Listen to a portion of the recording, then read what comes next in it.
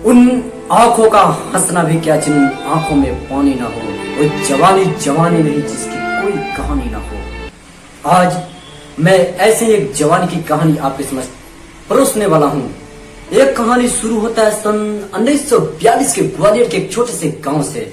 एक लड़का था जो पहली बार सरकारी स्कूल में पढ़ने जाता है और एक लड़की को देखते ही वो दिल दे बैठता है। लड़की काफी सुंदर थी, सुशील थी और संस्कारी थी। बड़े राजघराने से वो बिलोंग करती थी और लड़का गरीब पर काफी होनहार, तेज तरार और एक ऐसा ओरेटर था, एक ऐसा वक्ता था जब वो बोलता था तो लोग सर से पांव तक कान बनकर उसे सुना करते थे। इतनी चमचमाहट उसके वाक्यों में था। लड़का प्रेम किया, मोहब्बत किया करता था उस लड़की से। उस समय लड़का कोई भी प्रेमी अपने प्रेमिका से काफी दिन मोहब्बत किया करता था, पर किसी के पास इतना हिम्मत नहीं हुआ करता था कि अपनी प्रेमिका के समक्ष जाए और कैसा काटकर उसके समक्ष रख दे। पर ये लड़का कुछ और ही था। इसमें हिम्मत नाम की कभी कोई चीज की कमी ही नहीं थी। ये एक खत लिखता है उस लड़की के नाम, उस मिसेस गर्ग के नाम। उस खत में उसके दिल के अंदर छुपे हुए प्यार के कलश को उछील के रख देता है कलम के माध्यम से, और किताब में उसे मोड़कर उस लड़की तक पहुंचा देता है, यह सोचते हुए अगर उसके समक्ष वो जाकर देता उस खत को तो लड़की काफी असहज महसूस करती। लड़की के एक शर्म होता है, एक झिझक होता है। इसलिए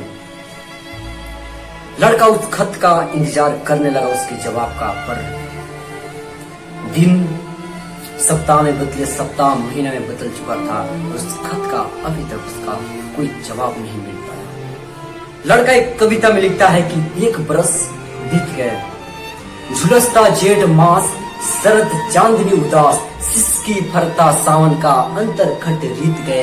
एक बरस बीत गए, सिसकियों में सिमटा जग किंतु पिकल प्राण बिहक, धरती से अंबर तक गुंजी गीत मुक्त गए। एक बरस बीत गए, पथ निहारते नयन किनते पल दिन छिन, लौट कभी आएगा मन का जो मिट गए। एक बरस बीत गए। आप सोचते होंगे कि उस लड़की ने खत का जवाब नहीं दिया। अरे ऐसी कोई बात नहीं। लड़की भी प्रेम किया, मोहब्बत किया करती थी इस लड़के से।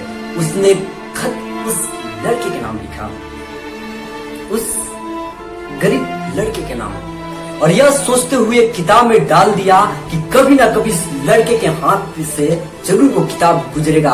और लड़का काफी पढ़ता था वो किताब, काफी देर लाइब्रेरी में वो किताबें पढ़ा करता था। पर वक्त का सितम देखिए, वक्त का क्रूरता देखिए। उसके हाथों से हजारों पुस्तकें गुजरे, पर वही एक किताब थी जो उसकी आंखें तरस गई छूने के लिए, उसकी आंखें तरस गई देखने के लिए और हाथें छू ना कभी पाई। वक्त बीतता गया, उस लड़के को ऐसा लगा कि उसके हाथ पे उस लड़की नाम का रेखा ही नहीं है, और गजब की उसके अंदर छटपटाहट होती थी। पर वो लेटर का उसने कभी जीवन में देख ही नहीं पाया। वो लड़का आगे चलकर भारत ऐसे देश के बहुत बड़े पद पे जाता है। लड़का कोई और नहीं था, उसका नाम था अटल बिहारी वाजपेयी। अटल बिहारी वाजपेयी, जिन्होंने भारत के सर्वश्रेष्ठ ताज को एक बार नहीं बल्कि 3-3 बार अपने सर पे धारण किए हुए हैं। और वे इतने बड़े ताज को ऐसे धारण किए जैसे मानो एक फैमिली को एक जो मुखिया होता वो चला रहा हो। अटल बिहारी वाजपेयी सोच रहे थे कि जला करते थे समा पे परवानों की तरह, ढूंढा करते थे जिसे दीवानों की तरह। और मिली भी तो गैरों की बाहों में, वो मिली भी तो गैरों की बाहों में हम उसे देखते रहे दीवानों की तरह। उस लड़की के हाथ में किसी और नाम की मेहंदी लग चुका था, उसकी सर किसी और शायर से ठग चुकी थी, और लड़की अटल जी की नहीं हो पाई।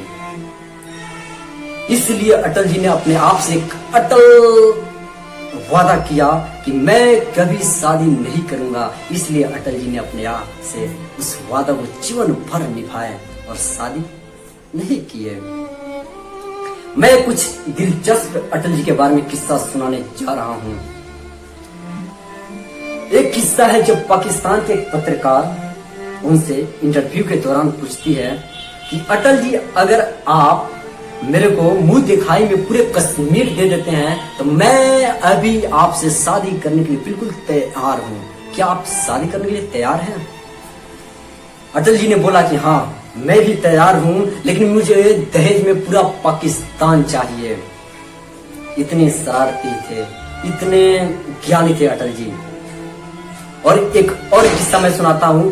एक किस्सा लगभग सन 1975 का है, जब अटल जी ने दुनिया के सबसे पुराने लोकतंत्र के मंदिर अमेरिका में जाते हैं तो उस समय उन्होंने ऐसा भाषण किया उस संसद भवन में कि पूरी दुनिया के लोग उस भाषण को सुनने के लिए तरस गए थे, क्योंकि उस भाषण में वो शब्द की शक्ति थी, वो शब्द की चमचमाहट था।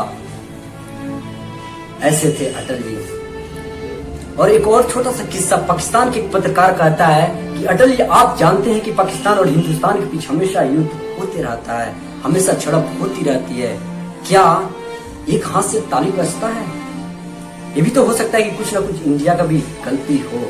अटल जी कहते हैं हाँ, भले ही एक हाथ से ताली ना बजे, लेकिन एक हाथ से चुटकियां तो बज ही सकते हैं। ऐसे थे अटल जी।